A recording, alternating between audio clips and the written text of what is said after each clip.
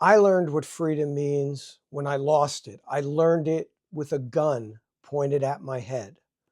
14 years ago, my son and I were taken hostage in Angola after a concert I was promoting collapsed when the rapper Nas failed to appear. We were surrounded by armed men. We were interrogated.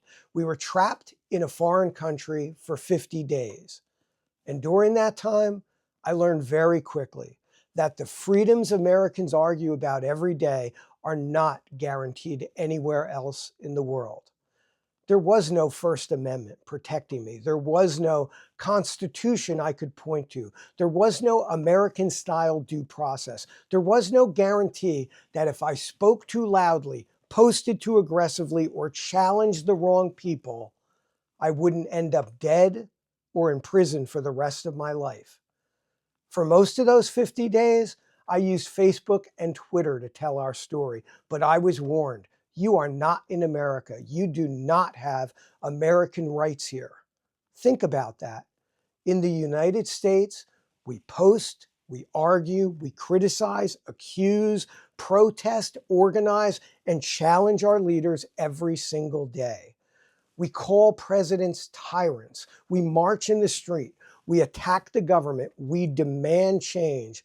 We say things like, no kings. We curse in the face of ICE agents. And then we go home.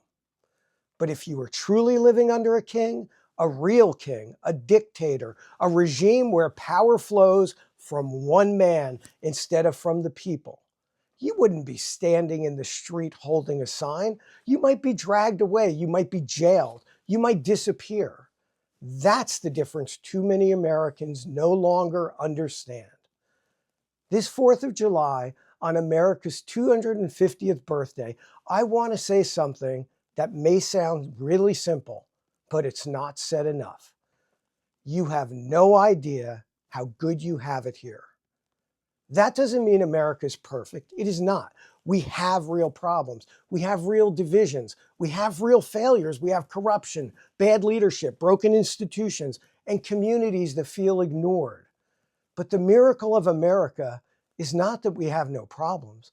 The miracle of America is that we have a system that gives us the freedom to fight over how to fix them. That is what the flag represents. And after I came home from Angola, every time I saw an American flag, it brought tears to my eyes. Not because I thought the flag belonged to one political party, not because I thought Republicans owned it, not because I thought Democrats couldn't honor it, but because I had just lived through the other side. I had just learned what it feels like when freedom is not assumed. I had just learned what it means when your ability to speak, move, leave, protest, challenge authority, or demand justice depends not on your rights, but on whether powerful men allow it. It took Republicans, Democrats, diplomats, officials, and the full force of the United States government to bring my son and me home. That is the America I believe in.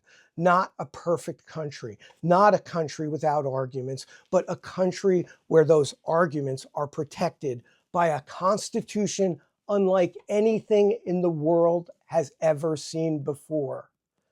So this 4th of July, protest if you want, criticize your leaders, challenge your government, demand better. That is your right as an American.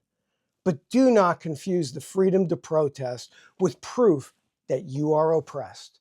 Do not mistake America's imperfections for tyranny. And do not let anyone tell you the American flag belongs to one party, one movement, or ideology. It belongs to every American who understands what it cost to build this country and what it would mean to lose it.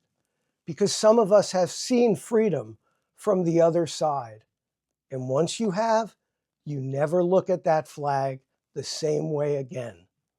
Happy 250th, America. Celebrate today.